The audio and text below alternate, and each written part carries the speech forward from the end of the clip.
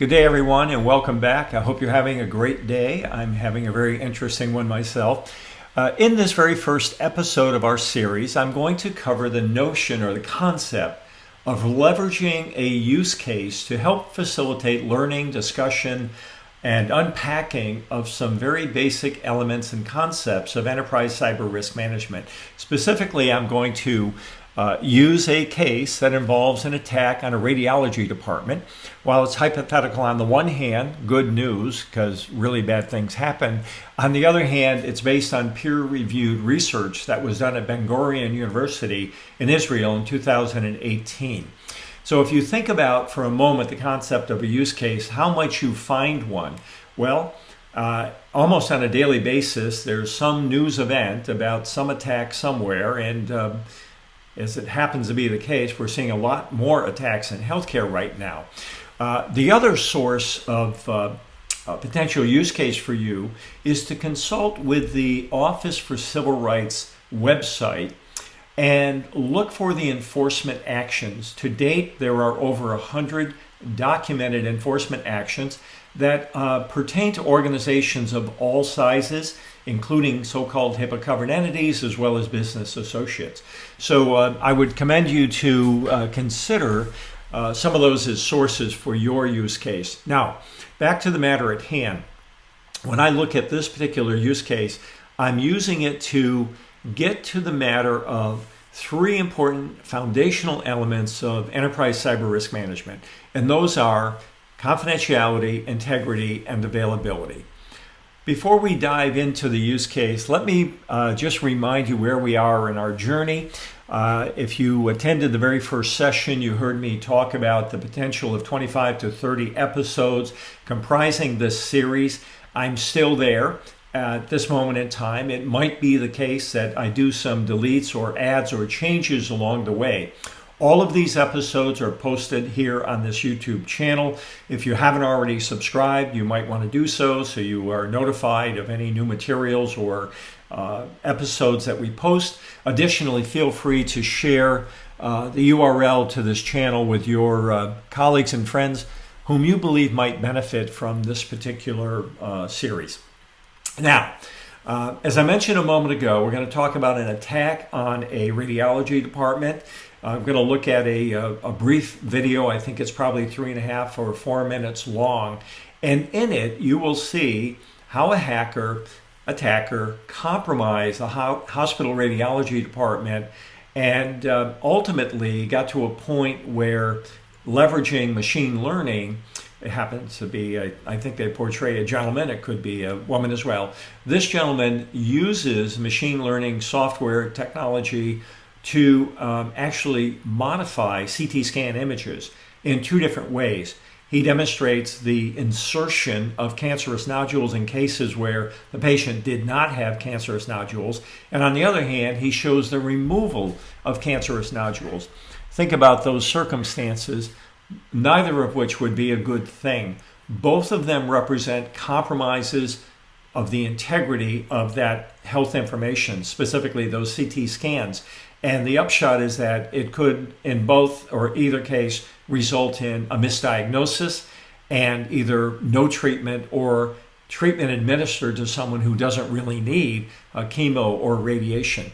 As we look through this video and as you think about your circumstances, this use case may or may not be relevant to you, but think about the notion of the compromise of integrity of this information and circumstances under which that might happen in your organization.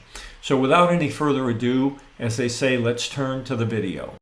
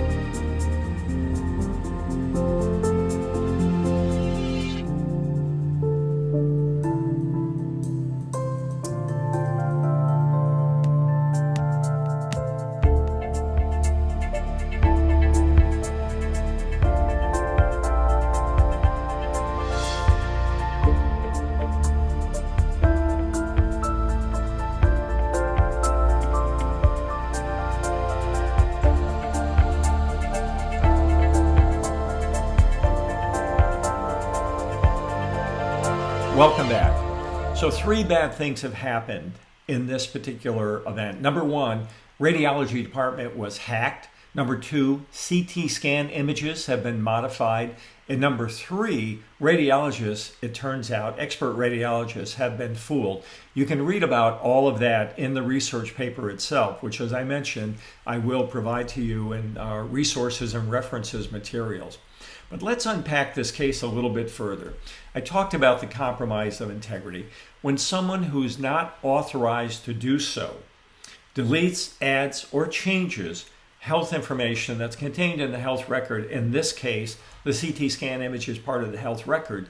If someone does that on an unauthorized basis, that's considered and is by definition a compromise of the integrity of that information. The other thing that could happen, what if the individual who did the attack decided on the way out the door to exfiltrate all of those CT scan images? He or she would end up with lots of protected health information that would be, to which they're not otherwise authorized to access. That would be a compromise of the confidentiality of that information. And last but not least, speculating for a moment, what if this particular hacker decided to encrypt all of the CT scan images on the PACS server? That would result in those images no longer being available until or unless perhaps somebody paid some ransom money and got a key and they were able to unlock it. That would be a compromise of availability. And of course, probably the most famous and for lack of a better way of describing it, popular threat du jour is a ransomware attack. So what enterprise cyber risk management is all about at the end of the day is assuring the confidentiality, integrity, and the availability of all the data, all the systems, all the devices that end up creating, receiving, maintaining, or transmitting this sensitive information. I had a friend and a former colleague who once said, no one ever died because of a compromise of confidentiality. Well, I could probably think of circumstances where if prioritization decisions were made based on someone having access to information about me that they ought not have access, that might have an adverse effect or result in an adverse event of some sort.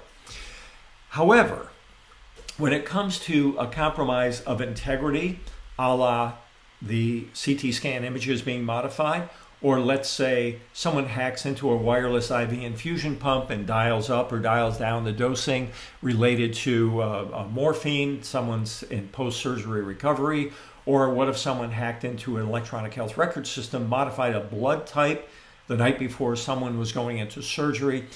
Those compromises of integrity could result in very adverse harm, if not death, to the patient.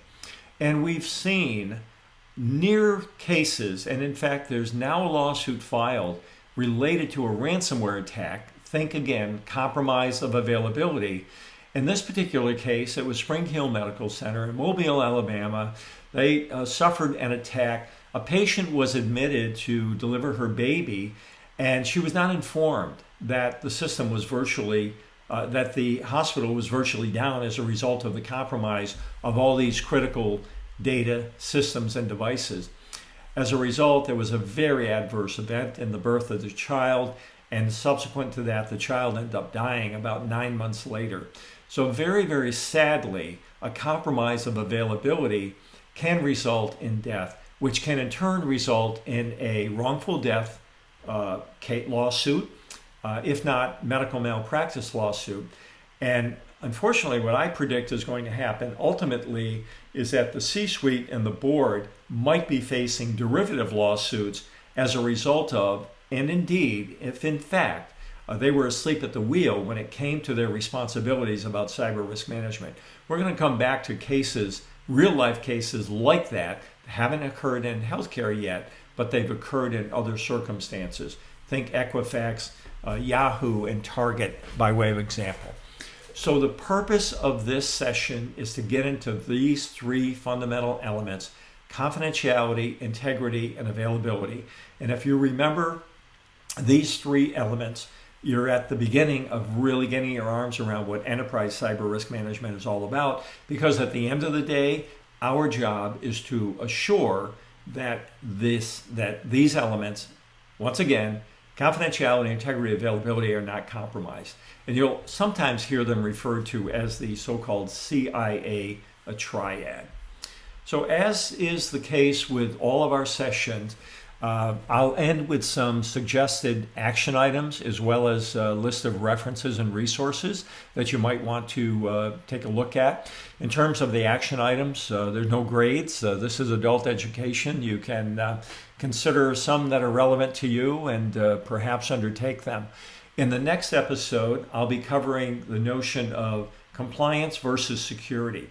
If I'm compliant, am I secure? If I'm secure, am I compliant?